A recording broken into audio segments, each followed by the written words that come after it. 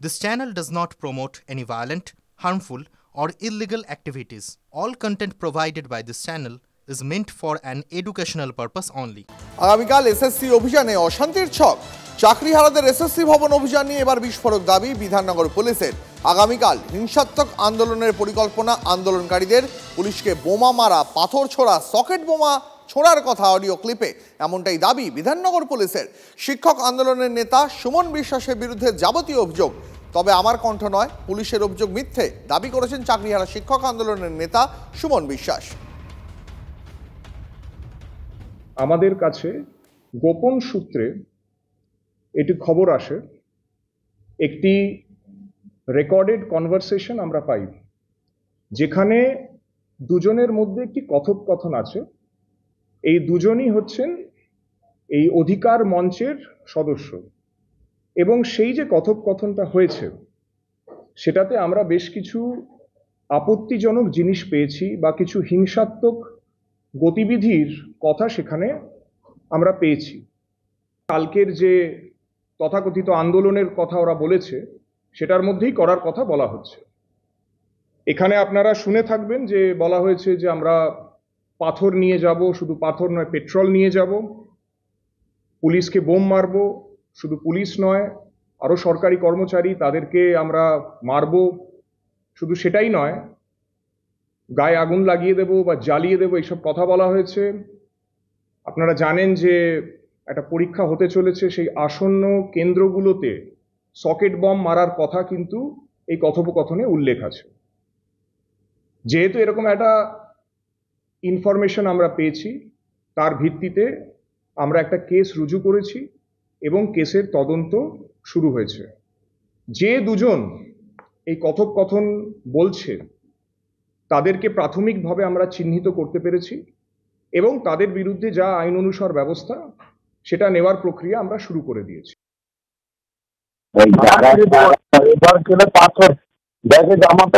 সত্যি বলছি, আমার যেটা করবা একটা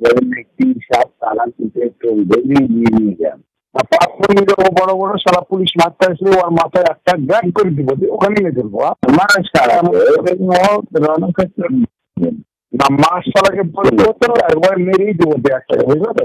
মার্শালাকে মারলে গোটা কলকাতা চলবে, বুঝলো তো? যে এবং পুলিশ করবে গোটা কলকাতা চলবে। হ্যাঁ, যে এরকম সবাই মারতে লাগবে, সবাই মারতে লাগবে, সবাই যাবো আর সবাই কঠিন মার দেবো মুখে ভাই, কঠিন মার দেবো। আমি তো সবার আগে একবারে রক্ত করেছি আমার। পাথর না, পেট্রোলও তালা বোতলে করে করে নিয়ে যেতে হবে। 500 বোতল করে পেট্রোল পেট্রোল আর দেশলাই বাইরে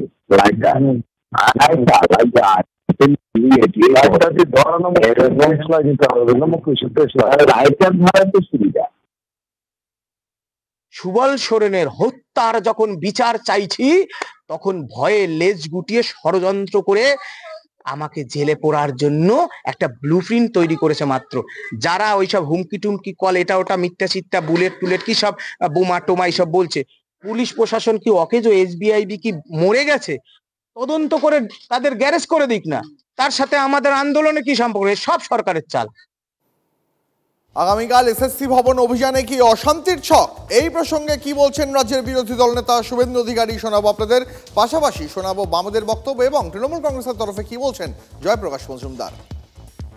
সুমনরা অত্যন্ত লড়াকু ছেলে, সুমনরা এতে ভয় পাওয়ার কোনো কারণ নেই বলে আমি মনে করি। গণতান্ত্রিকভাবে আন্দোলন করবে, তাদের দেওয়ালে পিঠ ঠেকে গেছে।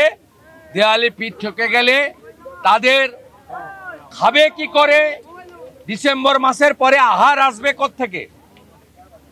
একজন সুবল সোরেন একটা তরুণ আদিবাসী শিক্ষক চিন্তায় হাইপার টেনশনে সেরিব্রাল হয়ে মারা গেল। স্বাভাবিকভাবে ওদের দেওয়ালে পিঠ থেকে গেছে। আমি সুমনদের আন্দোলনকে সমর্থন করব, তবে শান্তিপূর্ণ গণতান্ত্রিকভাবে করব। সাধারণ পুলিশ কর্মীরা তারা আমাদের শত্রু নয়, তাদের উপর যেন কেউ কোনো করে, যেমন নবান্ন অভিযানেও কোনো সাধারণ পুলিশ কর্মীকে কেউ আঘাত করেনি, উল্টে অভয়ার মা মার খেয়েছে মনোজ বার্মাদের হাত দিয়ে। পুলিশের কথা বিশ্বাস করো না, পুলিশের কথা বিশ্বাস করো না, পুলিশ মন্ত্রীর কথা বিশ্বাস করো না, পুলিশের কথা বিশ্বাস করো না, পুলিশ মন্ত্রীর কথা বিশ্বাস করো না, মিথ্যার উপর ব্যবস্থা জারি আছে। বক্তব্যটা আপনারা ভালো করে যদি শোনেন দেখবেন শেষ করার আগে তিনি বলছেন আমাদের সব আন্দোলনের সঙ্গে পুলিশকে সহযোগিতা করতে হবে। পুলিশ যখন সহযোগিতার কথা বলে যেগুলো বলবে সেগুলো কি এরা শুনে চলবেন, নাকি ব্যারিকেড ভাঙবেন, ব্যারিকেড টপকাবেন? এসব অবাস্তব কথা তো এদের মুখে শুনেছি এর আগে। তারপরে বোমা কোনো ব্যাপারই নয় এদের জন্য। এরা একদল হুলিগান, শিক্ষিত বলে তারা হুলিগান হতে পারে না আমরা বিশ্বাস করি না।